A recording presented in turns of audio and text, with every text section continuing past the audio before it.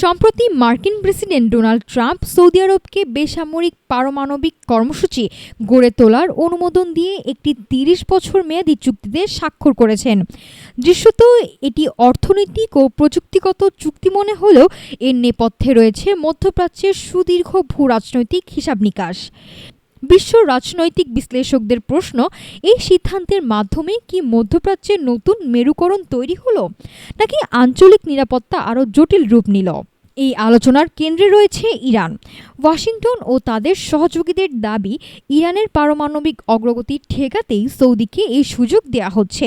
তবে ইরান শুরু থেকেই বলে আসছে, তাদের এই প্রযুক্তি সম্পূর্ণভাবে বিদ্যুৎ উৎপাদন ও চিকিৎসা শাস্ত্রের মতো মানবধর্মী ও বেসামরিক উদ্দেশ্যে ব্যবহার করা হচ্ছে।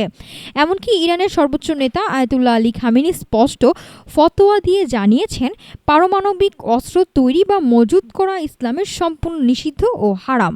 তা সত্ত্বেও পশ্চিমারা ও সৌদি আরব এই কর্মসূচিকে সন্দেহের চোখে দেখে আসছে, যার ফলে মধ্যপ্রাচ্যে শক্তির ভারসাম্য ধরে রাখতে যুক্তরাষ্ট্রের এই নতুন পদক্ষেপ।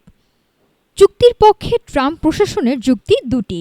প্রথম যুক্তিটি হচ্ছে, $1,000 কোটি এই প্রকল্পের মাধ্যমে মধ্যপ্রাচ্যে চীন বা রাশিয়ার পারমাণবিক প্রভাব ঠেকানো এবং আমেরিকান প্রযুক্তি সংস্থার কর্তৃত্ব রাখা।